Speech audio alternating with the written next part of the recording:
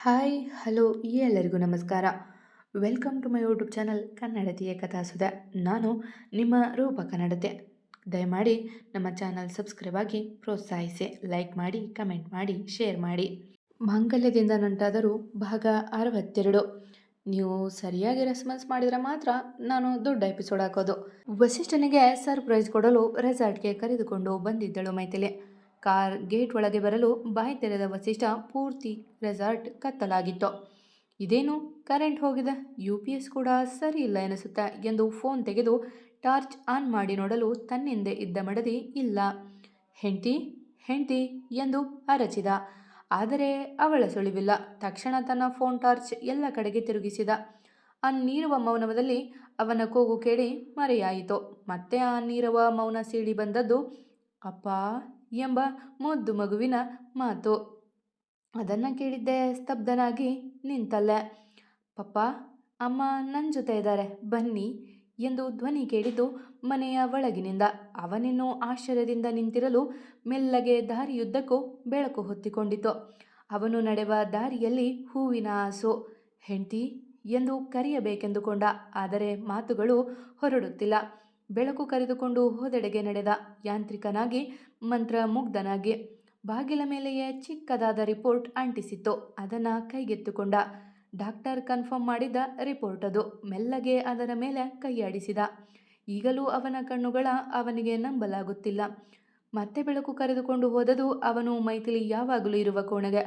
ಕೋಣೆಯ ಹೊರಗಡೆಯಲ್ಲೇ ಪುಟ್ಟದಾದ ಗೊಂಬೆ ಇತ್ತು. ಆ ಗೊಂಬೆಯ ಮೇಲೆ ಹಾಯ್ ಪಪ್ಪ ಎಂದಿತ್ತು.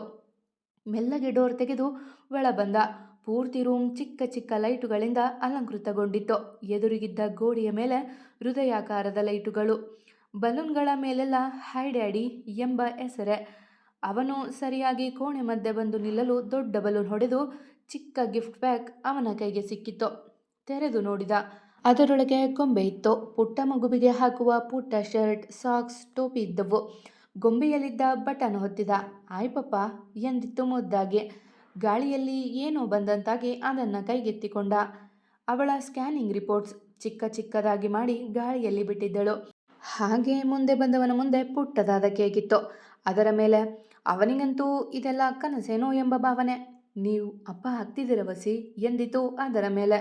ಅವನು ಕೀಲಿಕೊಟ್ಟ ಗೊಂಬೆಯಂತೆ ಅದನ್ನೇ ನೋಡುತ್ತಿದ್ದ. ಮನದಲ್ಲಿ ಆಗುತ್ತಿರುವ ಖುಷಿಗೆ ಏನು ಹೇಳಬೇಕೆಂದು ತಿಳಿಯುತ್ತಿಲ್ಲ ಅವನಿಗೆ. ತನ್ನ ಮಡದಿಗಾಗಿ ಕಣ್ಣಾಡಿಸಿದ. ಹೆಂಡ್ತಿ ಎಂದು ಪ್ರೀತಿ ತುಂಬಿದ ಧ್ವನಿಯಲ್ಲಿ. ಆ ಧ್ವನಿಯಲ್ಲಿ ಸಡಗರ, ಖುಷಿ, ಪ್ರೀತಿ, ಸಂತೋಷ ಬಣ್ಣಿಸಲಾಗದು ಮಾತುಗಳಿಂದ. ಆದರೂ ಬರಲಿಲ್ಲ ಅವಳು. ಅಲ್ಲೇ ಇದ್ದ ಲೆಟರ್ ತೆಗೆದುಕೊಂಡು ಓದತೊಡಗಿದ. ನನ್ನ ಪ್ರೀತಿಯ ವಸಿಷ್ಠ, ಕಂಗ್ರಾಟ್ಸ್ ನಿಮಗೆ. ನೀವು ಇಷ್ಟು ದಿನ ಬಯಸುತ್ತಿದ್ದ ಪ್ರಮೋಷನ್ ಸಿಕ್ಕಿದೆ.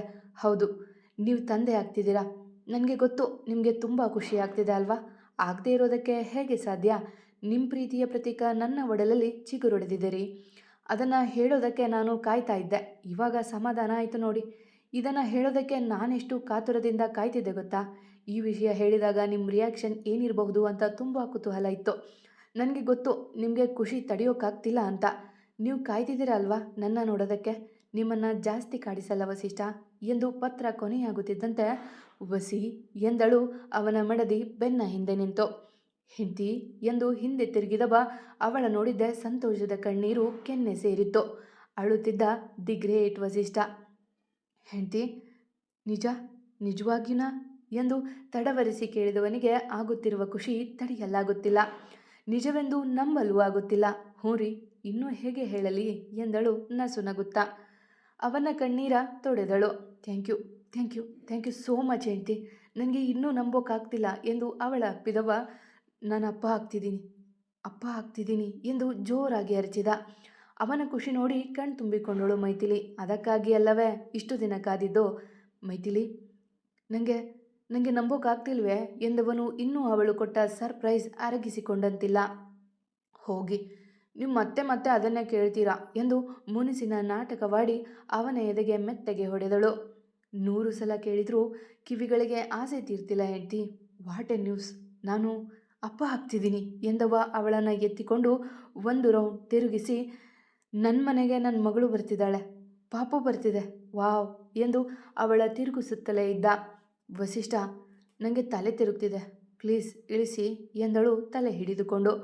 ತಕ್ಷಣ ಜೋಪಾನವಾಗಿ ಇಳಿಸಿದ. ತಿರುಗುವ ತಲೆಯನ್ನು ನಿಯಂತ್ರಣ ಮಾಡಿಕೊಳ್ಳಲು ಅವನ ಭುಜದಾಸರೆ ಬಳಸಿದಳು. ಮೈತು, ಸಾರಿ ಕಣೆ, ಖುಷಿಗೆ ಓವರ್ ರಿಯಾಕ್ಟ್ ಮಾಡಿದ್ನಾ ಎಂದವನ ಬೆದರಿಕೆ ಮುಖ ನೋಡಿ ತನ್ನ ಆಯಾಸವ ಬದಿಗಿಟ್ಟು, ಏನಿಲ್ಲ ವಸಿ, ಪರವಾಗಿಲ್ಲ. ನಿಮ್ಮ ಈ ಪರಿಯ ಖುಷಿಯನ್ನು ನೋಡಬೇಕು ಅಂತಾನೆ ನಾನಿಷ್ಟು ದಿನ ವೇಟ್ ಮಾಡಿದ್ದು ಎಂದು ನಗುತ್ತಾ ಹೇಳಿದ್ದ ಮಾತಿಗೆ ಅವನಿಗೆ ನಿರಾಳಲಾಗಿತ್ತು. ಎಷ್ಟು ತಿಂಗಳು ಹೆಂಡ್ತಿ ಎಂದ ಅವಳ ಮುಖವ ಬೊಗಸೆಯಲ್ಲಿ ಹಿಡಿದು. 2.5 ಎಂದಳು ನಾಚುತ್ತಾ. ತಕ್ಷಣ ಮಂಡಿಯೂರಿ ಅವಳ ಒಡಲ ಸಮಕ್ಕೆ ಕುಳಿತವ, welcome to our world baby. ನಿನಗಾಗಿ ಈ ಪಪ್ಪ ತುಂಬ ಕಾಯ್ತಿದ್ದಾನೆ ಮಗಳೇ, ಬೇಗ ಬಂದ್ಬಿಡು ಎಂದು ಮಾತನಾಡುವಾಗ ಅವನ ಬಿಸಿಯುಸಿರು ಅವಳ ಒಡಲಿಗೆ ತಾಗಿ ಕಚಗುಳಿ ಆಗಿತ್ತು. ಲವ್ ಯು ಕಂದ, ಪಪ್ಪ ಲವ್ಸ್ ಯು ಲಾಟ್ ಎಂದು ಮುತ್ತಿಟ್ಟ. ವಸಿಷ್ಠ, ಸಾಕು, ಕೇಕ್ ಕಟ್ ಮಾಡೋಣ ಬನ್ನಿ ಎಂದಳು ಅವನ ಕೈ ಹಿಡಿದು. ಡಾಕ್ಟರ್ ಏನು ಹೇಳಿದ್ರು? ಪಾಪು ಆರೋಗ್ಯವಾಗಿದೆ ಅಂತ ಎಂದ ಅವಳ ಭುಜ ಬಳಸಿ. ಹಾಂ, ನಿನ್ನೆ ಹೋಗಿದ್ದೆ, ಏನೂ ತೊಂದರೆ ಇಲ್ಲ ಎಂದರು ಎಂದಳು. ಆದರವ ಒಪ್ಪಬೇಕಲ್ಲ, ನಾಳೆ ಬೆಳಗ್ಗೆನೇ ಆಸ್ಪತ್ರೆಗೆ ಹೋಗೋಣ ಹೆಂಡ್ತಿ. ನಾನು ಪಾಪುನ ನೋಡಬೇಕು. ಡಾಕ್ಟರ್ ಬಳಿ ನಾನೇ ಕೇಳ್ತೀನಿ, ಏನೇನು ಮಾಡಬೇಕು ಮಾಡಬಾರ್ದು ನಾನೇ ಕೇಳ್ತೀನಿ. ಯಾವುದೇ ಕಾರಣಕ್ಕೂ ನಿನ್ನ ಆರೋಗ್ಯ ಏರುಪೇರಾಗೋದಕ್ಕೆ ನಾನು ಬಿಡಲ್ಲ. ಇನ್ನು ಮುಂದೆ ನೀನು ನಡೆಯೋ ಹಾಗೇ ಇಲ್ಲ.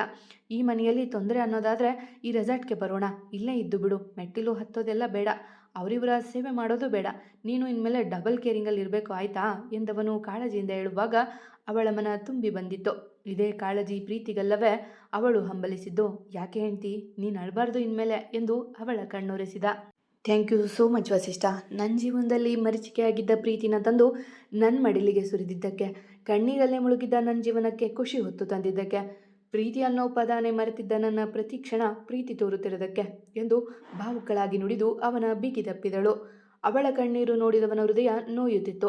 ಆದರೂ ಅವಳ ಖುಷಿಯ ಕಣ್ಣೀರು ಎಂದರಿತವ ಸುಮ್ಮನಾದ.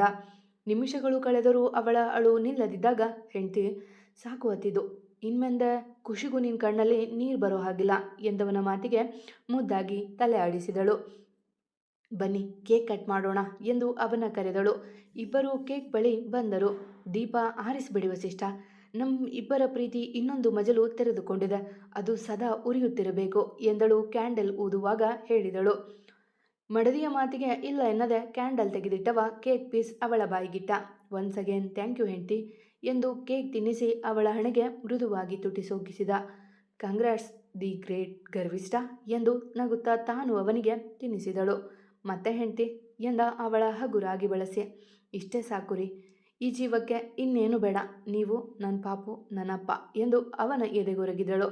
ಇಲ್ಲಪ್ಪ, ನನಗಿನ್ನೂ 4 ಮಕ್ಕಳು ಬೇಕು ಎಂದು ತುಂಡ ಮಾತನಾಡಲು, ಛೀ ಹೋಗಿ ಎಂದು ಅವನ ಎದೆಗೂಡಲಿ ಇನ್ನೂ ಅಡಗಿದಳು ಗುಬ್ಬಿ ಮರಿಯಂತೆ. ಮೈತು, ನಮ್ಮ ಪಾಪುಗೆ ಏನು ಹೆಸರಿಡೋದು ಎಂದ ಅವಳ ತಲೆ ನೇಬರಿಸುತ್ತಾ. ಅಬ್ಬಾ, ಮಗು ಯಾವುದು ಅಂತ ಗೊತ್ತಾಗಲಿ, ಕೂಸು ಹುಟ್ಟೋಕ್ಕೂ ಮುಂಚೆ ಕುಲ ವಿವರಿಸಿದ್ರು ಅಂತ ದೊಡ್ಡವರು ಗಾದೆ ಮಾಡಿರೋದು ನಿಮ್ಮನೆ ನೋಡಿ ಎನಿಸ್ಬೇಕು ಎಂದು ನಕ್ಕಳು. ಅದೇನೋ ನೆನಪಾಗಿ, ಏಯ್ ಮಧ್ಯಾಹ್ನ ಊಟ ಮಾಡಿಲ್ಲ ಅಂದ್ಯಲ್ಲ, ನಡಿ, ಇನ್ಮೇಲೆ ಹೀಗೆ ಏನಾದರೂ ತಲೆ ತಿರುಗಿ ಬಿದ್ದೆ ಊಟ ಬಿಟ್ಟೆ ಅಂದರೆ ನನ್ನ ಕೈಯಲ್ಲಿ ಸರಿಯಾಗಿ ತಿಂತೀಯ. ನನ್ನ ಪ್ರಿನ್ಸೆಸ್ ಇದ್ದಾಳೆ ಹೊಟ್ಟೆಲಿ, ಅವಳಿಗೆ ಚೆನ್ನಾಗಿ ತಿನ್ನೋಕೆ ಕೊಡಬೇಕು ಆಯಿತಾ ಎಂದು ಗದರಿದ. ಮೂತಿ ಉಬ್ಬಿಸಿದಳು ಮೈಥಿಲಿ. ಅವಳು ಬರೋಕ್ಕೂ ಮುಂಚೆ ನನಗೆ ಬೈಯೋಕೆ ಶುರು ಮಾಡಿದ್ರಾ? ನನಗೆ ಬೈದರೆ ನಿಮ್ಮ ಬಗ್ಗೆ ತಪ್ಪು ಹೇಳಿಕೊಡ್ತೀನಿ ನೋಡಿ ಎಂದು ಮುದ್ದಾಗಿ ನುಡಿದಾಗ ಅವಳ ಕೆನ್ನೆ ಹಿಂಡಿ, ನನಗೆ ಮೊದಲು ಈ ಮಗು ಮುಖ್ಯ, ಬಾ ಹೋಟೆಲ್ಗೆ ಹೋಗೋಣ ಎಂದು ಅವಳ ಎತ್ತಿಕೊಂಡ. ಇಷ್ಟೆಲ್ಲ ಮಾಡಿದ್ದೀನಿ, ನಿಮಗೆ ಅಡುಗೆ ಮಾಡಲ್ವಾ? ಅಡುಗೆ ಮನೆ ಕಡೆಗೆ ನಡೀರಿ ಎಂದಳು ಗತ್ತಿನಿಂದ. ಆಯಿತು ಮಹಾರಾಣಿಯವರೇ, ತಮ್ಮ ಆಜ್ಞೆ ಎಂದು ನಾಟಕೀಯವಾಗಿ ನುಡಿದಾಗ ಕರಗಿದಳು ಮೈಥಿಲಿ. ಅವಳ ಮನ ಅವನ ಪ್ರತಿ ನಡೆಗೂ ತುಂಬಿ ಬರುತ್ತಿತ್ತು. ಅವನಿಗಾಗಿ ಕ್ಯಾರೆಟ್ ಹಲ್ವಾ, ಕೇಸರಿಬಾತ್ ಮಾಡಿದ್ದಳು. ಎರಡೂ ಅವನ ಫೇವರೆಟ್ ಅಲ್ವಾ. ಊಟ ಮಾಡಿ ಎಂದು ತಟ್ಟೆಗೆ ಬಡಿಸಿ ನಿಂತವಳ ತನ್ನ ತೊಡೆಯ ಮೇಲೆ ಕೂರಿಸಿಕೊಂಡು, ಮೊದಲು ನಿಮ್ಮಿಬ್ಬರ ಹೊಟ್ಟೆ ತುಂಬಿಸೋದು ನನ್ನ ಕರ್ತವ್ಯ ಎಂದು ಒಂದೊಂದು ತುತ್ತು ಅವಳ ಬಾಯಿಗಿಟ್ಟ. ಕಣ್ಣಂಚಿನಿಂದ ಜಾರಿದ ಕಂಬನಿ ಅವಳ ಖುಷಿಯ ತೋರುತ್ತಿತ್ತು. ಅವನಿಗೂ ತುತ್ತಿಟ್ಟಳು.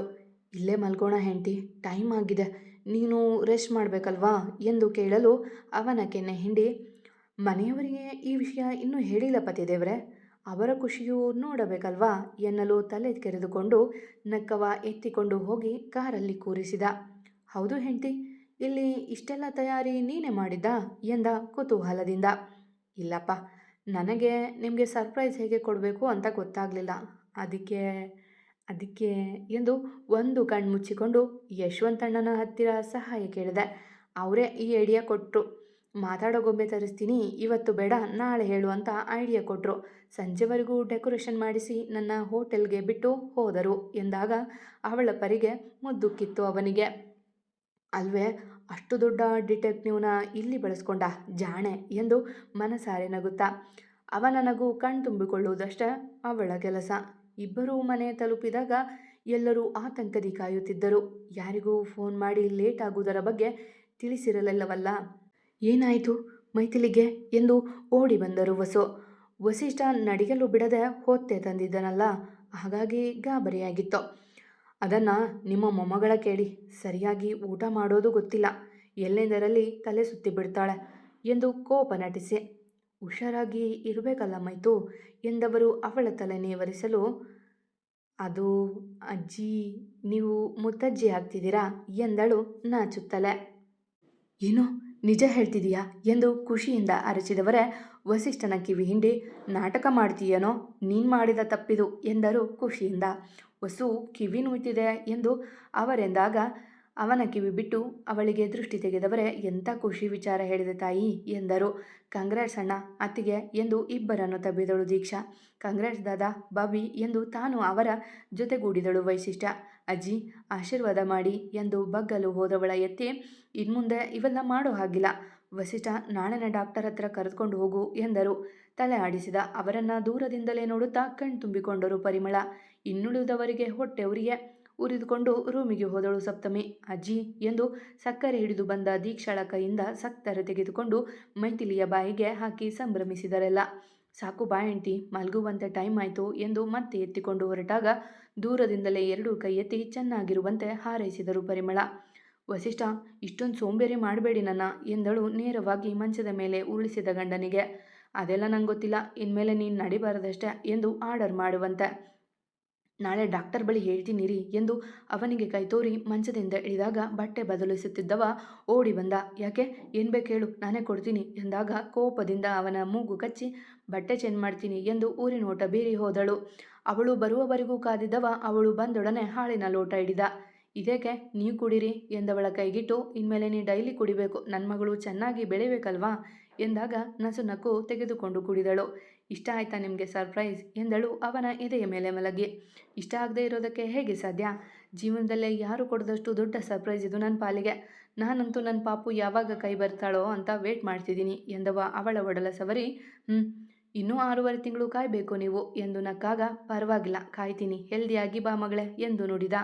ಇಬ್ಬರೂ ಅದೆಷ್ಟು ಹೊತ್ತು ಮಾತನಾಡಿದರೂ ಮಗುವಿನ ಬಗ್ಗೆ ಮಾತನಾಡುತ್ತಾ ಅದ್ಯಾವಾಗ ಮಲಗಿದನೋ ವಸಿಷ್ಠ. ಆದರೆ ಅವಳಂತೂ ಗಂಡನ ಎದೆಯ ಅರಮನೆಯಲ್ಲಿ ನೆಮ್ಮದಿಯಿಂದ ಮಲಗಿದ್ದಳು. ಮತ್ತೆ ಸಿಗುವ. ಕಥೆ ಇಷ್ಟ ಆದರೆ ಕಮೆಂಟ್ ಹಾಕಿ.